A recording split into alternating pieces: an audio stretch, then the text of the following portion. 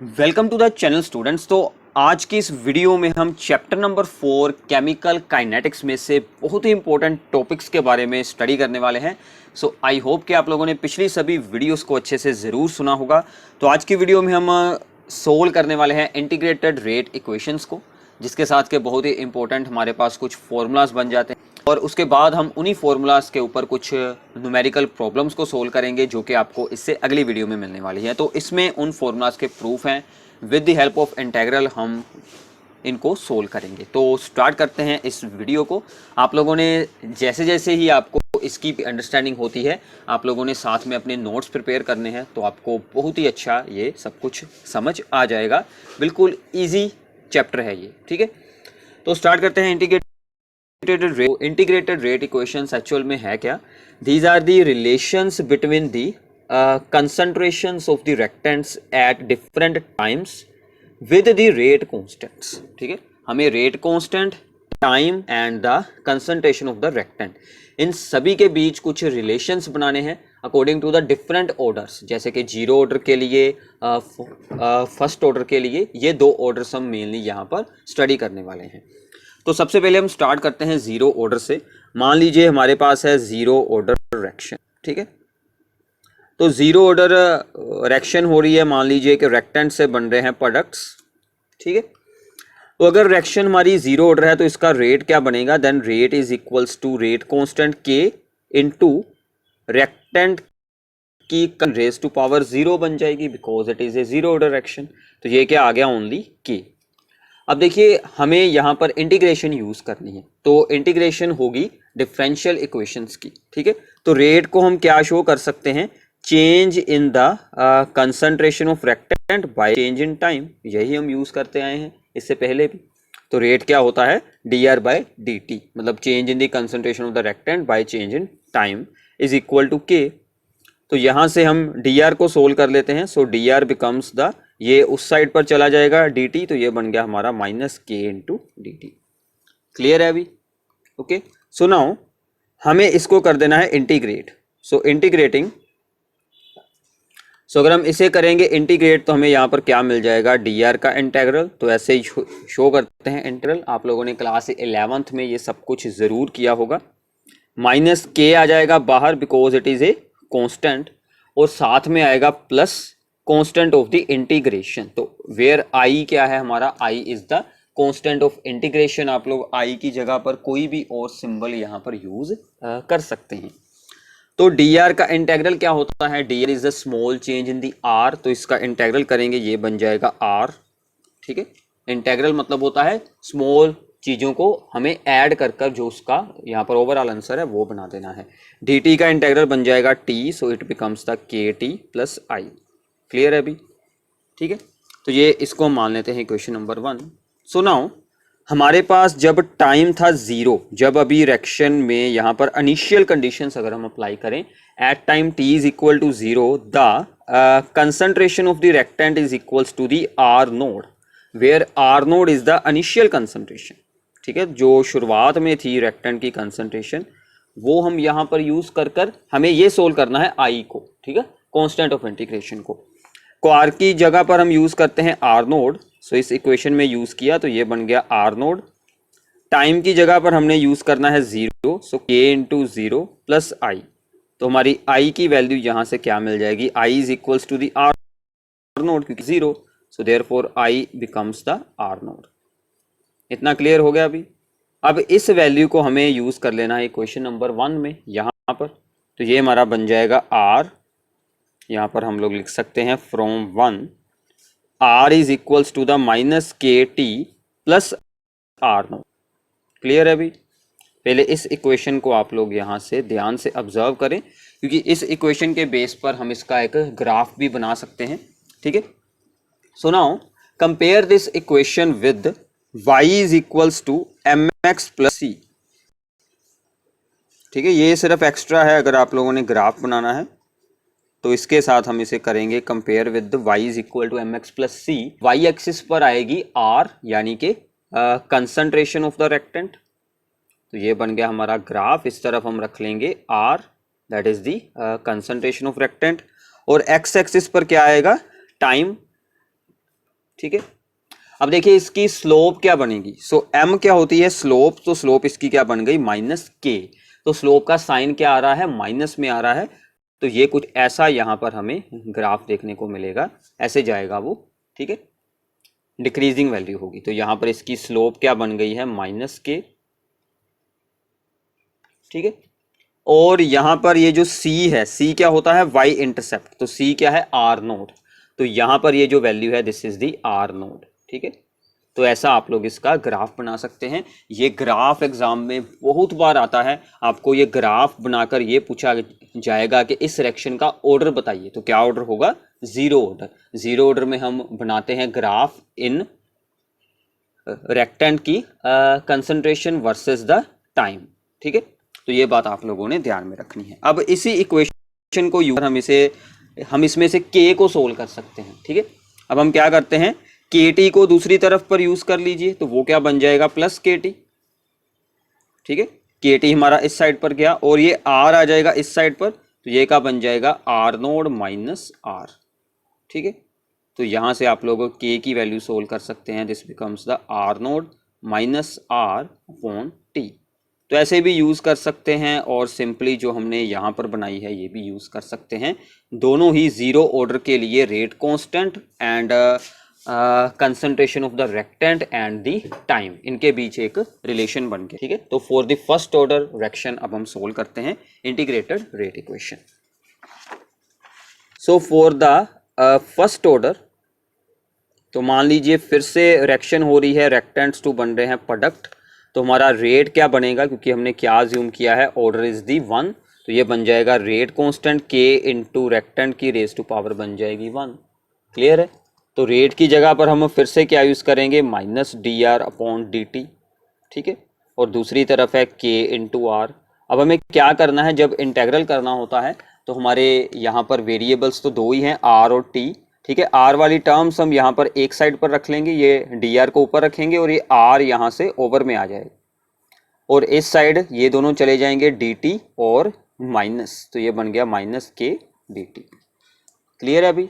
अब हम इसका करेंगे इंटेग्रल, तो इसको कर देते हैं इंटीग्रेट, तो इसको इंटीग्रेट करेंगे तो इसका इंटेग्रल इस तरफ dr अपॉन r का, और दूसरी तरफ होगा माइनस के into integral of D T plus constant of integration. Clear है। अब कुछ इंटेग्रल के फॉर्मूलाज होते हैं, आई होप कि आप लोगों ने मे बी 11th क्लास में यूज़ किए होंगे, फिजिक्स में मोस्टली यूज़ होते हैं, तो एक बार मैं आपको बता देता हूँ। Integral of the D x x अगर हो तो उसका आंसर क्या आता है, लॉग बेस ई वाला लॉग होता है और साथ में एक्स लग जाता है, मतलब ओवर उसका इंटीग्रल आ जाता है log x। log है बेस e वाला, तो हम इसको ln e भी बोल सकते हैं, यानी कि नेचुरल log भी हम इसे बोल सकते हैं, ठीक है। log के ऊपर मैंने एक अलग वीडियो बनाई है, तो आपको उसके बेस वगैरह के बारे में पूरी जानकारी इसमें मिल जाएगी, ठीक है। तो अब हम यही फॉर्मूला यहाँ पर यूज करने वाले हैं, तो इसका आंसर क्या मिल जाएगा, this becomes the ln r, यानी कि नेचुरल log ऑफ r। इसका तो t ही रहेगा, dt का इंटीग्रल t एंड प्लस आई, ठीक है। ये फिर से हमारी बन जाएगी क्वेश्चन नंबर 1। तो फिर से हम यूज करेंगे यहाँ पर initial conditions at time t is equal to 0, r हमारी क्या होगी r नोड, ठीक है। तो इसको यूज करते हैं यहाँ पर, तो ये हमारा बन जाएगा ln r नोड, यानी कि इनिशियल कंसंट्रेशन का log, और माइनस k इंटू 0 बन जाएगा, यहाँ पर लगा दी वैल्यू, और प्लस आई, तो अब यहाँ से i की वैल्यू हमें क्या मिल चुकी है, सो i बिकम्स द तो यही ओनली बच जाएगा, ये तो पूरी टर्म 0 हो गई, सो ln r नोड, तो i की वैल्यू हमारी बन गई है natural log of the r node. तो ये अब हम यूज करेंगे, सो फ्रॉम 1, तो हमें क्या आंसर यहाँ से मिल रहा है कि ln r is equals to the minus K T, इसकी वैल्यू क्या आई है ln r naught plus ln r naught. इतना क्लियर हुआ अभी। अब एक तो ये इक्वेशन है, इसको यूज कर हम बना सकते हैं ग्राफ, ओके अभी, ठीक है। तो पहले इसका बनाते हैं ग्राफ, इसमें एक दो और वाले हैं, तो इसलिए मैं आपको अच्छे से इसको एक्सप्लेन कर दूंगा। इसके हम दो ग्राफ बना सकते हैं, दोनों सेम होते हैं, बस थोड़ा सा चेंज आता है इनमें, ठीक है। तो इसका अगर हम बनाते हैं ग्राफ, तो फिर से वही सेम शेप बनेगी, बस थोड़ा सा चेंज होगा। So this is the Y M X plus C, तो वाई एक्सिस पर इस बार क्या रहेगा, नेचुरल लॉग ऑफ आर। ठीक है, इसको इस एक्सिस पर रखेंगे, इस एक्सिस पर तो सेम है हमारा टाइम, और इस बार स्लोप की वैल्यू भी सेम है -k, और इंटरसेप्ट है इस बार natural log of R naught. तो शेप भी सेम है, सिर्फ चेंज होगी, यहाँ पर बन जाएगा ln आर नोड, और स्लोप इसकी क्या रहेगी, -k। इतना क्लियर है अभी। एक तो इसका ये वाला हम लोग ग्राफ बना सकते हैं। ठीक है, अब इसको अगर हम थोड़ा सा और आगे सिंप्लीफाई कर लें, ठीक है, अगर हम इसको थोड़ा सा आगे और सिंप्लीफाई कर लें तो ये हमारा क्या बन जाएगा। सो यहाँ से हमें k को सोल्व करना है, kt को इस तरफ ले आए तो ये बन जाएगा हमारे पास +kt, उस तरफ है हमारा ln आर नोड, और जो ln आर है ये इस तरफ आएगा तो वो हो जाएगा हमारा -ln आर। ठीक है, अब देखिए लॉग में फॉर्मूला होता है log m -log n। तो लॉग अगर दो हों अलग अलग, दोनों में साइन हो माइनस का, तो वो एक लॉग बनकर ये दोनों टर्म्स आ जाएंगी डिवाइड में। सो आर नोड अपॉन आर बन जाए। क्लियर है। अब देखिए यहाँ पर एक और फार्मूला, ऐसा फॉर्मूला है, log बेस e को अगर हमें चेंज करना हो इनटू log बेस 10, तो हम उसको क्या करेंगे, हम इस log को चेंज कर कर इसके आगे लगा देंगे 2.303, और ये बन जाएगा log बेस 10। तो बेस हम यहाँ पर वैसे शो नहीं करेंगे, तो ये हमारा आंसर बन जाएगा। बेस आप लोगों ने शो करना है तो भी सही है, इसका बेस क्या होगा, 10 बेस होगा। तो ये हमारा आंसर बन गया यहाँ से kt का। तो मैं यहाँ से k को सोल्व कर लेता हूँ। So k becomes 2.303 upon t log R naught upon R. ठीक है, तो ये बहुत ही इंपॉर्टेंट फार्मूला है, आगे जब हम न्यूमेरिकल्स करने वाले हैं तो ये फार्मूला यूज होने वाला है। तो अच्छे से प्लीज इसको याद रखना। क्या फार्मूला है, rate constant is equal to the 2.303 by T is the time, log के अंदर है initial concentration divided by the concentration at time T. Clear है। तो यहाँ पर हमने क्या फार्मूला यूज किया है कि लॉग बेस ई वाली टर्म है, मान लीजिए इसके अंदर कुछ ए है, इसको चेंज करना हो इनटू लॉग बेस 10, तो इसके आगे क्या लग जाएगा 2.303। ठीक है, तो ये फार्मूला हमने यूज किया है यहाँ पर। तो ये आपका एक स्टार फार्मूला है और ये आपका एक स्टार फार्मूला है। क्लियर है। और ये ग्राफ तो ऑलवेज ही हमारा यहाँ पर इम्पोर्टेंट होता ही है, तो ये जो ग्राफ है ये भी आप लोगों ने अच्छे से बनाना है। ठीक है, क्लियर है अभी। तो ये फार्मूले आपने यहाँ से याद रखने हैं। एक ग्राफ हम इसी इक्वेशन से चेंज कर कर इसको थोड़ा सा बनाते हैं, और वो मैं आपको यहाँ पर अब एक्सप्लेन करता हूँ। ठीक है, तो ये थी हमारे पास इक्वेशन जो हमने अभी सोल्व की है। तो मैं इस लॉग को चेंज कर लेता हूँ इनटू लॉग बेस 10 में। तो ये क्या बन जाएगी 2.303 log r, और ये तो ऐसे ही रहेगी टर्म -kt, और ये भी क्या बन जाएगा 2.303 log बेस r नोट। ठीक है, ठीक है। तो यहाँ से भी हट गया, यहाँ पर आ जाएगा डिवाइड में, क्योंकि इसके पास तो है नहीं तो इसके डिवाइड में लगेगा, साथ में है t, और यहाँ पर भी आ गया log r नोट। अब इसका हम लोग बनाएंगे ग्राफ। इसको अब हम करते हैं y is equals to mx plus c के साथ कंपेयर। तो इसका क्या बनेगा ग्राफ, इस बार कौन आएगा y एक्सिस पर log r। ठीक है, इससे पहले था ln r, अब आएगा log r। ठीक है, और ये तो सेम रहेगा। ठीक है, टाइम रहेगा इस तरफ, और ग्राफ की शेप भी हमारी सेम रहेगी। इस बार इंटरसेप्ट क्या बन जाएगा log r नोट। पिछली बार क्या बना था यहाँ पर ln r नोट। और इस बार मेन जो चेंज हुआ है सबसे बड़ा वो है स्लोप का। तो इस बार स्लोप कौन सी है, -k अपॉन 2.303। तो ये बन गई -k अपॉन 2.303। तो मोस्टली ये फॉर्मूला और ये ग्राफ आपसे पूछा जा सकता है, इसको अच्छे से आप लोगों ने याद रखना है। क्लियर है। ठीक है भी। तो ये थे हमारे दो integrated rate equations for the zero order and the first order action. ठीक है, तो आई होप कि आपको ये दोनों एक्सप्रेशंस अच्छे से समझ आ गए होंगे। सो नाउ इसके बाद हमारा बहुत ही important topic that is the half life period. तो सबसे पहले हम ये बात करते हैं कि हाफ लाइफ पीरियड होती क्या है। ठीक है, this is the time in which reactants की कंसंट्रेशन हाफ यूज़ हो जाए और हाफ रिमेनिंग बच जाए। ठीक है, जो उसकी इनिशियल कंसंट्रेशन थी उसमें से हाफ यूज़ हो जाए और हाफ रिमेनिंग रह जाए, that time period is known as the half life period.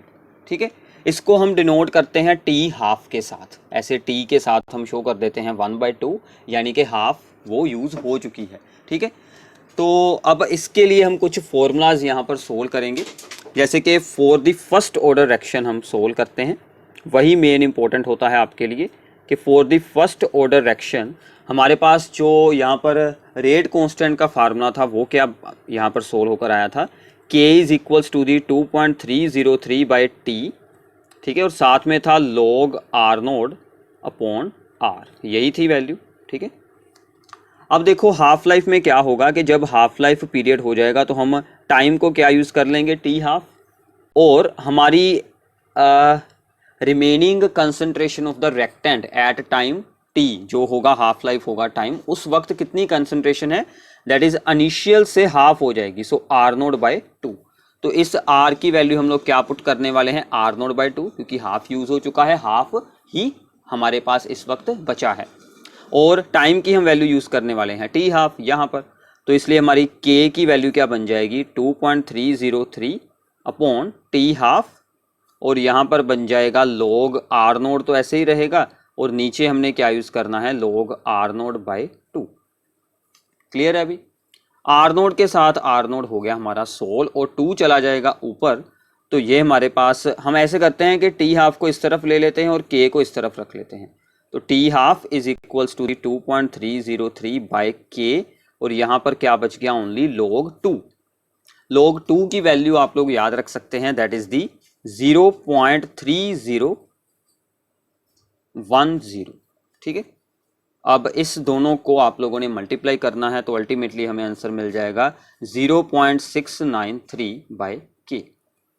तो इसका मतलब हमारे पास जो है यहाँ पर हाफ लाइफ का फार्मूला क्या बन गया है, T half is equals to the 0.693/K for the first order reaction. ठीक है, बिल्कुल सिंपल सा फार्मूला है, और सबसे इंपॉर्टेंट बात इस फार्मूले की क्या है, इससे हमें ये आइडिया होता है कि half life is independent of the initial concentration of the reactant for the first order reaction. तो मतलब अगर हम इनका एक यहाँ पर बनाते हैं ग्राफ है यहाँ पर इनिशियल कंसंट्रेशन का एंड हाफ लाइफ का, मतलब हम स्टार्टिंग में जितना मर्जी रिएक्टेंट यूज कर लें, अगर हमारी रिएक्शन है यहाँ पर फर्स्ट ऑर्डर, तो उसकी हाफ लाइफ हमेशा सेम रहेगी, उतने ही टाइम में रिएक्टेंट्स की कंसंट्रेशन हाफ होगी, हम चाहे जितना मर्जी अमाउंट यूज वहाँ पर यूज किया गया हो। ठीक है, तो इसका मतलब क्या है कि half life with initial concentration तो चेंज नहीं होगी, तो ये ग्राफ हमारा स्ट्रेट लाइन बन जाएगा parallel to the X axis. ठीक है, so this is for the first order reaction. Clear है अभी, तो ऐसे ही आप लोग किसी भी और ऑर्डर के लिए इसको सोल्व कर सकते हैं। इसके अलावा आप लोगों ने जीरो ऑर्डर के लिए याद रखना है। ठीक है, so for the zero order reaction, तो हमारे पास हाफ लाइफ का फार्मूला मैं आपको बता देता हूँ, प्रूफ की कोई ज़रूरत है नहीं हमें खास। ठीक है, तो जीरो ऑर्डर के लिए हाफ लाइफ का फार्मूला होता है initial concentration R0 divided by 2 times the rate constant. ठीक है, ये जो हमने इंटीग्रेटेड रेट इक्वेशन बनाई है जीरो ऑर्डर के लिए, उसी में से आप लोग इसका भी प्रूफ बनाकर देख सकते हैं, बिल्कुल सिंपल है। अब इसमें क्या है कि हाफ लाइफ और इनिशियल कंसंट्रेशन एक दूसरे के डायरेक्टली प्रोपोर्शनल है, तो अगर हम इसका बनाएंगे यहाँ पर ग्राफ, तो वो कुछ ऐसा बनेगा कि दोनों डायरेक्टली प्रोपोर्शनल है, तो वो ऐसे एक हमारे पास स्ट्रेट लाइन बन जाएगा। ठीक है, तो इस तरफ हम रखेंगे हाफ लाइफ और इस तरफ हम रखेंगे R0, so this is for the zero order reaction. तो ये मैं आपको क्यों बता रहा हूँ, इसकी क्या इंपॉर्टेंस है, फॉर्मूला एंड ग्राफ, ये दोनों मेन काम है। ठीक है, फॉर्मूला एंड ग्राफ, इसका प्रूफ भी नहीं कुछ खास इंपॉर्टेंट, फॉर्मूला और इसका जो आपने यहाँ पर हमने बनाया है, इन दोनों के ग्राफ्स बनाए हैं। ग्राफ से आपको ऑर्डर पूछा जाता है या फिर ऑर्डर से आपको ग्राफ पूछा जाता है, ऐसी प्रॉब्लम्स आपको जनरली पेपर में देखने को मिल जाती हैं। क्लियर है अभी, तो ये था इसके साथ ही हाफ लाइफ पीरियड का टॉपिक। अब इन सभी फॉर्मूलाज को यूज़ कर यानी कि हाफ लाइफ के और जो इंटीग्रेटेड रेट इक्वेशंस हैं, उन पर बेस्ड हम कुछ न्यूमेरिकल प्रॉब्लम्स हैं वो हम इससे अगले पार्ट में शुरू करेंगे, तो उस पार्ट को ज़रूर सुनना, उसमें मोस्ट इम्पोर्टेंट न्यूमेरिकल्स आपके सोल्व होंगे, तो जिसके साथ कि आपका ये पूरे चैप्टर में से काफ़ी अच्छे तरह से आपकी प्रेपरेशन हो जाएगी। ठीक है, so thanks for watching this video. Channel को सब्सक्राइब करना और नीचे कमेंट्स में बताना अगर आपको कोई भी डाउट है, कोई भी आप लोगों को प्रॉब्लम है। Thanks for watching this video again.